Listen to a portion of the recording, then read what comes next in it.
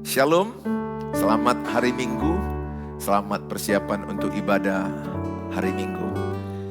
Tuhan memberkati setiap saudara bergereja dimanapun berada, kiranya penyertaan dan berkat Tuhan memberkati setiap ibadah kita di gereja masing-masing. Mari kita mencari Tuhan dan kita berdoa. Bapa di sorga, dalam nama Tuhan Yesus kami bersyukur buat pagi hari ini kami menerima berkat kasih karunia Tuhan. Kami bisa bernapas, kami bisa mengalami kehidupan. Semalam kami telah tidur istirahat dan kami mau beribadah sebentar lagi juga di gereja kami masing-masing. Dan kami percaya orang yang mencari Tuhan, Tuhan berkati. Berikan kami kekuatan, yang lemah dikuatkan, yang sakit disembuhkan, yang putus asa diberi pengharapan, yang susah dihiburkan. Penyertaan-Mu menyertai menara doa pagi ini. Siapapun yang mengikuti menara doa dimanapun kapanpun, mereka terberkati ya Tuhan. Kuasa kesembuhan mengalir, kuasa mujizat mengalir, kekuatan daripada Tuhan, hikmat, solusi setiap persoalan kami percaya ada Tuhan Yesus jawaban dalam hidup kami. Terima kasih, berkati setiap yang mengikuti. Di dalam Tuhan Yesus kami berdoa, amin.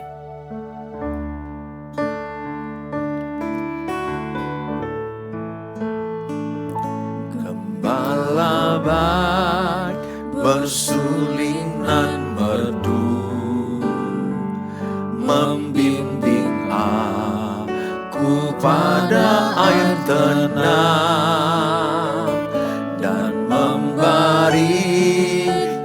aku berteduh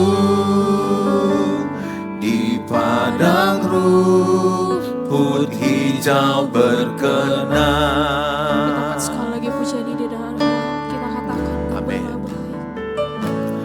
Gembala baik bersuling nan merdu, membimbing aku pada air tenang,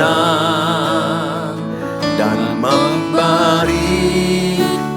aku berteduh di padang rumput hijau berkenan. Gembalaku itu Tuhanku, membuat aku tentram hening, mengalir dalam sungai kasih-Mu, kuasa damai telah benih.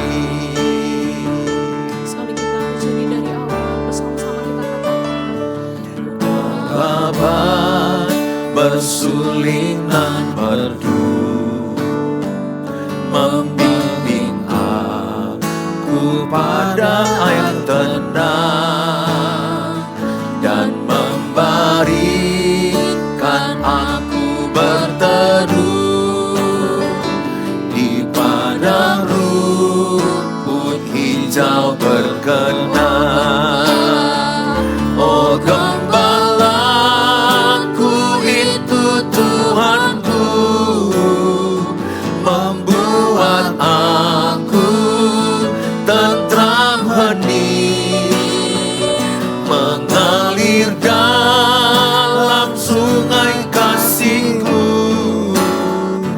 kuasa damai telah benih. Oh gembalaku itu Tuhanku, membuat aku tentram hening, mengalir dalam sungai kasih-Ku, kuasa damai telah benih, kuasa damai telah benih, kuasa damai telah benih. Saat ini kami kembali datang Tuhan. Amin. Apapun keadaan kami hari ini Tuhan, kami percaya Kau sanggup mengubahkan setiap masalah persoalan hidup kami Haleluya. Tuhan. Amin. Kami serahkan hidup kami hanya ke dalam tangan kasih-Mu Bapa. Amin. Kami mau angkat pujian ini, kami mau serukan Tuhan. Jiwaku bertanya, apakah masih ada harapan melewati tangisan, rasa sesak di dada? Kami mau perkatakan Tuhan, imanku berkata, Tuhanku yang pegang kuasa, Dia selalu bekerja, meski mataku tak melihat, walaupun gunung itu tak berpindah, tetap percaya Kau yang punya kuasa. Sekalipun ku dalam lembah gelap, tak mengapa asal Kau di sampingku. Walaupun masalahku masih ada, tetap percaya rencana-Mu terindah. Pribadi-Mu takkan pernah berubah. Iman yang aku pegang padamu Tuhan yang setia.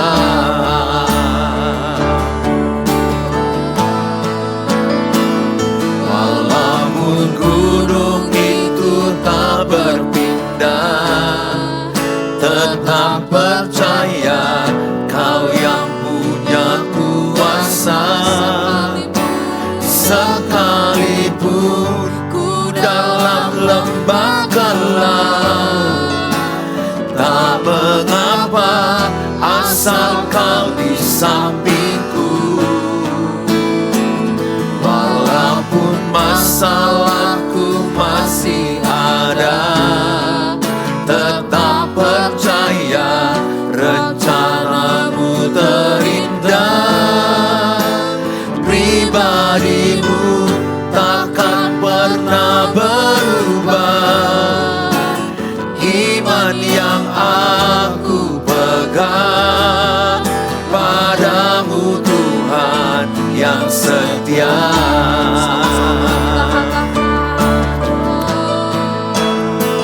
Walaupun gunung itu tak berpindah, tetap percaya Kau yang punya kuasa. Sekalipun ku dalam lembah gelap, tak mengapa asal Kau di sampingku. Walaupun masalahku masih ada, tetap percaya rencana-Mu terindah. Pribadi-Mu takkan pernah berubah. Iman yang aku pegang padamu Tuhan yang setia. Iman yang aku pegang padamu Tuhan yang setia.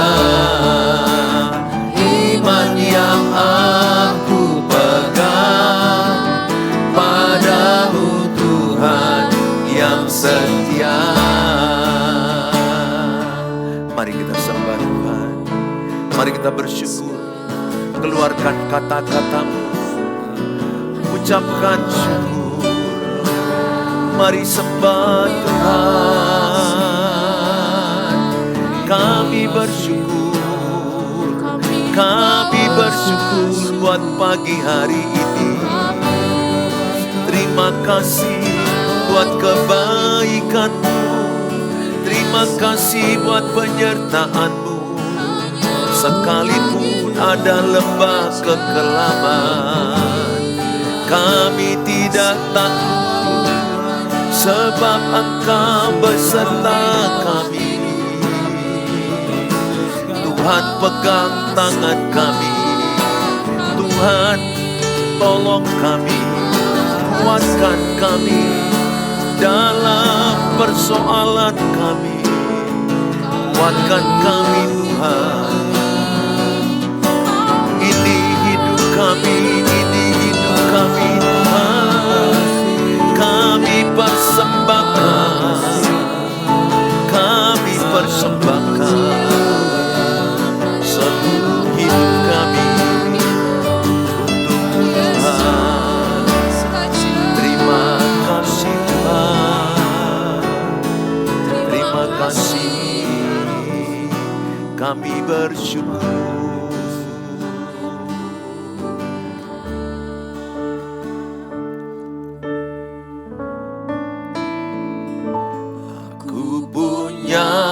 Tuhan yang besar, yang telah berjanji dan sanggup menggenapi.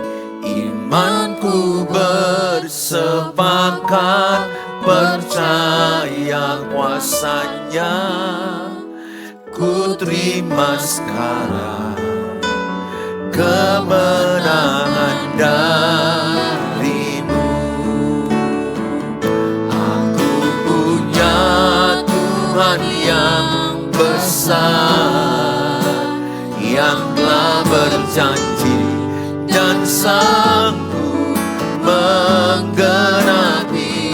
Imanku bersepakat percaya kuasa-Nya. Ku terima sekarang kemenangan dari-Mu.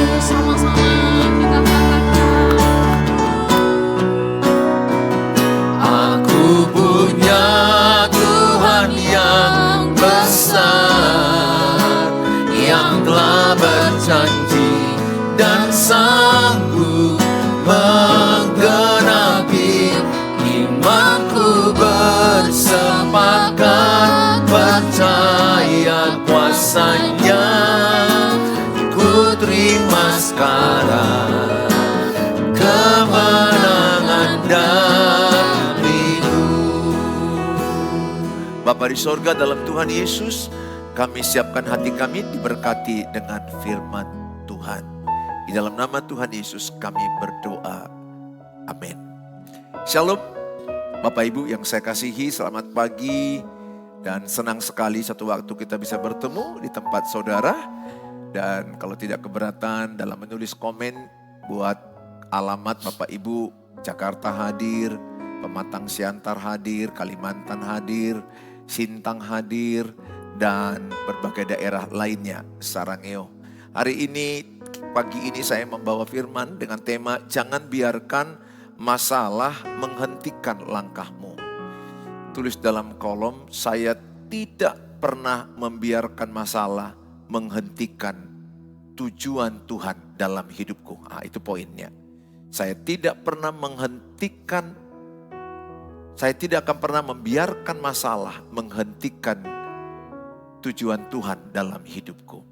Filipi 3 ayat 13 sampai kepada 14. Saudara-saudara, aku sendiri tidak menganggap bahwa aku telah menangkapnya, tetapi ini yang kulakukan.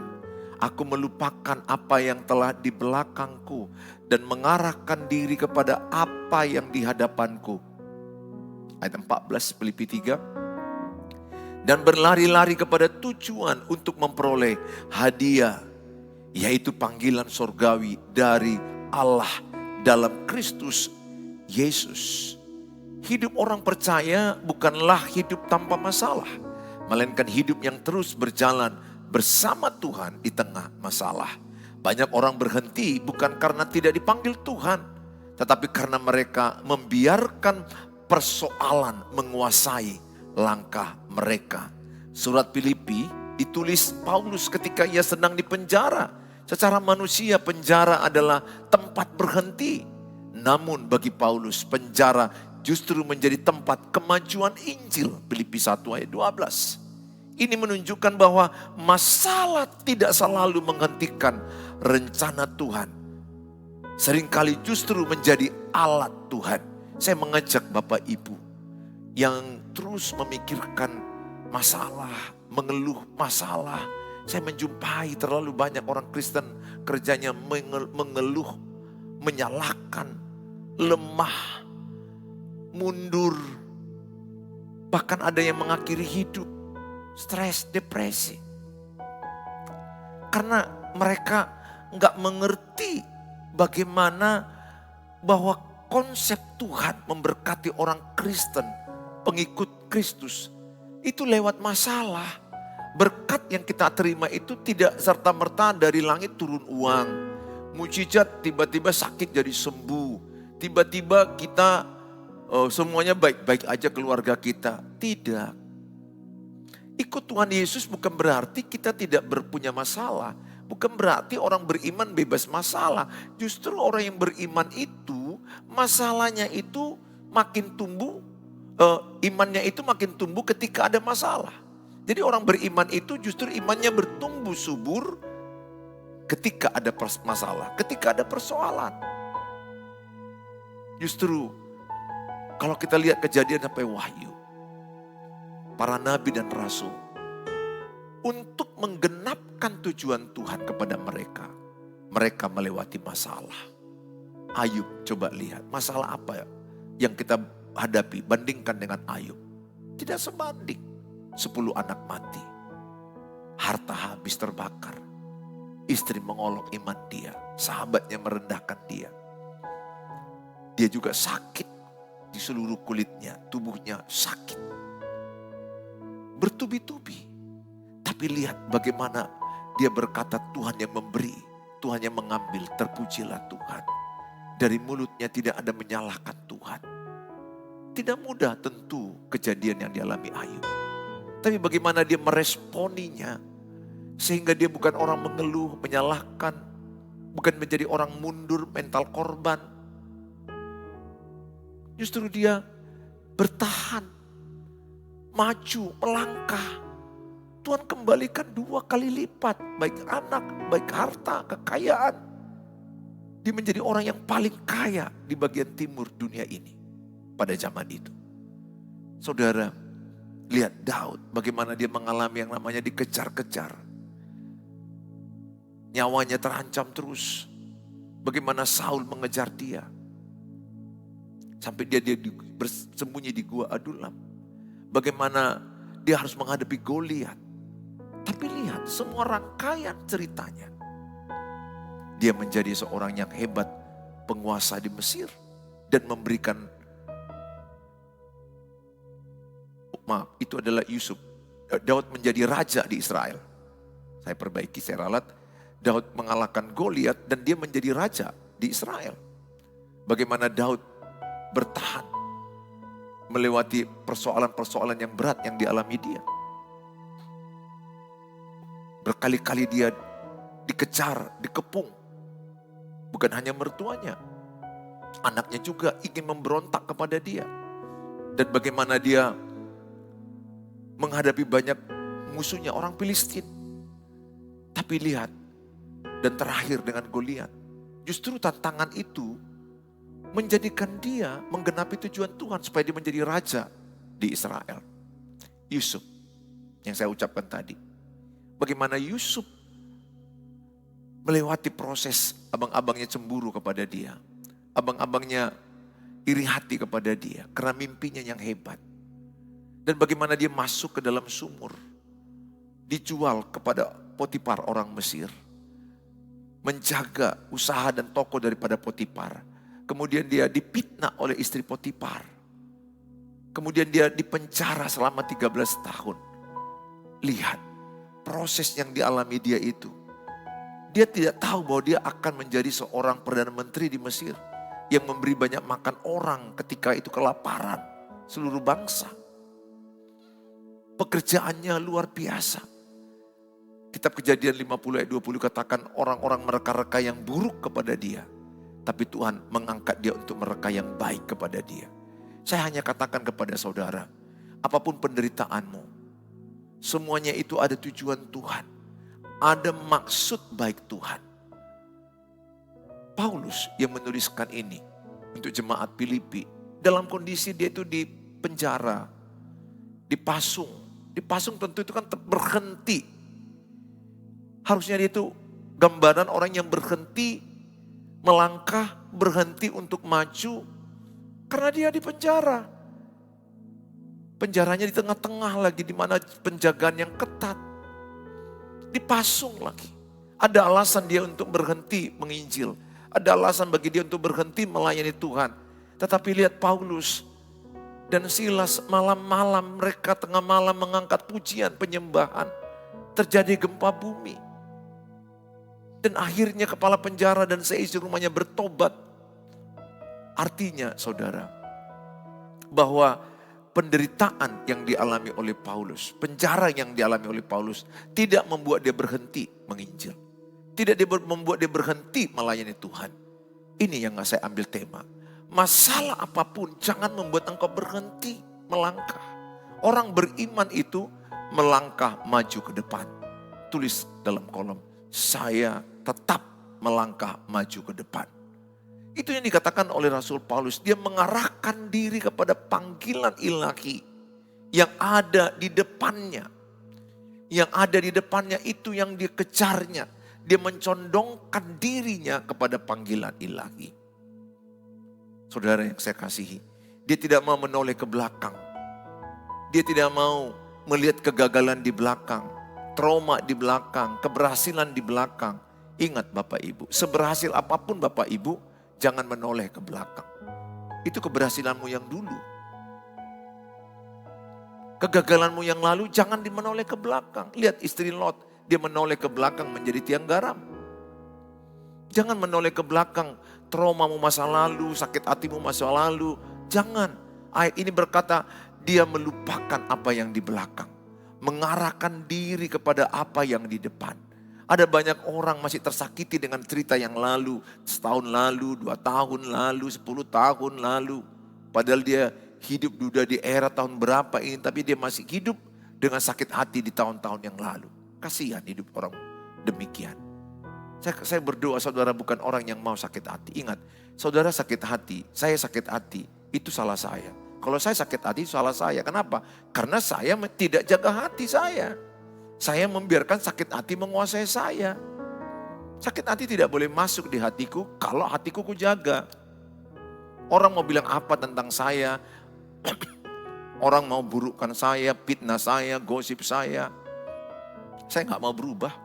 Saya tetap melangkah maju. Saya tetap bertumbuh ke depan ke arah Kristus. Saya sebagai pengkhotbah YouTube, pengkhotbah TikTok, Instagram, Facebook, nggak semua orang senang. Tidak semua orang mengatakan baik apa yang saya lakukan. Tapi saya nggak peduli dengan orang-orang yang tidak mensupport, tidak membangun hidup saya. Saya tidak penting pujian orang. Saya dipuji tidak meninggi, saya direndahkan tidak rendah. Karena hidupku seharga darah Yesus. Pesanku sama Bapak Ibu, jangan menoleh ke belakang. Sesakit hati apa ceritamu dibuat seseorang? Pernikahanmu. Mungkin mertuamu menyakitimu, iparmu menyakitimu. Atau mungkin orang tuamu, abang kakakmu. Atau suamimu menyakitimu. Atau istri menyakiti suami. Sudahlah, yang lalu biar berlalu. Sakit hati let go. Tulis dalam kolom. Sakit hati, let go. Sakit hati, biar pergi. Itu artinya let go. Gak usah digenggam. Ngapain dibawa-bawa sakit hati kemana-mana. Saya banyak menjumpai orang kerjanya sakit hati, kepahitan, benci, tersinggung, mengeluh. Itu saja. Akhirnya dia mati dengan sakit hati. Aku punya komitmen untuk diriku. Bebas sakit hati. Kenapa? Karena aku punya kasih Yesus. Saya tidak mau membiarkan sakit hati masuk dalam diri saya. Ya mungkin gak enak dengan seseorang pastilah. Nggak cocok dengan perkataan perilaku seseorang pastilah. Tapi untuk sakit hati tinggal di hatiku, no way, tidak akan pernah. Karena kasih Tuhan terlalu besar bagiku. Saya mau pulang ke surga tanpa sakit hati. Saya mau pulang ke rumah Bapa tanpa membawa sakit hati. Tanpa membawa kebencian. Saya pulang ke surga bersih. Tidak ada kebencian, tidak ada sakit hati, tidak ada pertengkaran. Aku berdamai dengan seluruh masa laluku. Adakah yang menyakiti aku? Ada. Adakah yang berbuat jahat? Ada. Semua cerita-cerita berat ku alami juga sebagai pendeta. Tapi sudahlah, tidak ada manusia yang sempurna. Tidak ada manusia yang tidak ada dosanya. Semua manusia banyak kesalahannya. Itu kata Yakobus 3 ayat 2. Roma 3:23, semua manusia telah berdosa. Jadi manusia gak ada yang sempurna. Aku hanya berkata sama saudara, jangan menoleh ke belakang. Jangan lihat kegagalanmu yang di belakang. Sakit hati di belakang. Jangan lihat trauma di belakang. Jangan banggakan keberhasilanmu di belakang. Apa yang Bapak Ibu lakukan? Fokus ke depan. Tulis dalam kolom. Saya mau fokus ke depan. Lebih tepat, saya mau fokus kepada tujuan ilahi dalam hidup saya. Tulis dalam kolom. Saya mau fokus kepada tujuan Tuhan dalam hidup saya. Berlari ke depan. Sesakit hati apa, seberat apa persoalanmu, sesusah apa keuangan kehidupanmu, jangan mundur. Orang beriman tidak ada kata mundur. Orang beriman melangkah maju walaupun berat. Percayalah, kalau imanmu tetap teguh, saudara akan melihat semua cerita pahit masa lalu akan berakhir dengan manis. Semua yang pernah kau alami sakit, penderitaan, kesusahan, kesulitan. Kalau imanmu teguh, melangkah ke depan, maka engkau akan melihat ada rencana Tuhan besar dalam hidup saudara.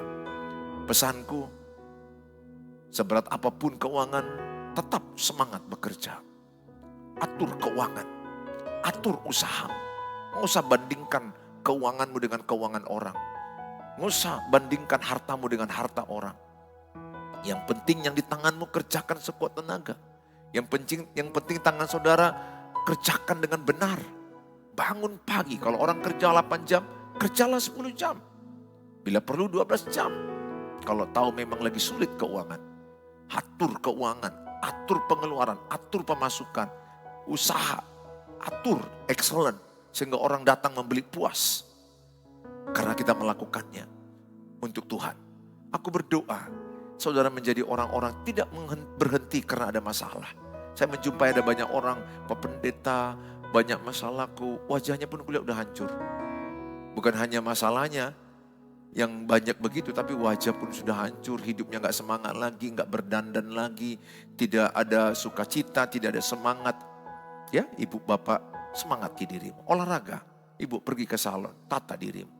Jangan mau bengkak mata terus ke pesta. Karena suamimu selingkuh, berkhianat, tangisin, ngapain menangisi suami yang sudah lari 10 tahun, 15 tahun, 5 tahun, 3 tahun. Udahlah, memang ibu gak mau suamimu seperti itu. Tapi kalau sudah pergi dia, gak usah fokuskan ke dia. Tata dirimu, bahagiakan dirimu, semangatkan dirimu. Tingkatkan pekerjaanmu, tingkatkan income-mu. Benahi anak-anakmu, perhatikan. Tetaplah berbahagia dan bersuka cita. Walaupun ada masalah. Tapi tidak menghentikan langkahmu. Saya menjumpai banyak ibu-ibu stres, depresi. Karena fokus ke situ aja. Fokus kepada masalah. The power of focus. Apa yang kau fokuskan itu akan memberikan energi. Jangan fokus ke masalah. Fokus kepada tujuan Tuhan. Di balik masalah ini ada tujuan Tuhan. Ada rencana Tuhan dalam hidup Bapak Ibu. Aku berdoa, saudara menemukan tujuan Tuhan di balik penderitaan. Tetaplah melangkah ke depan. Buanglah mengeluh. Bersyukurlah.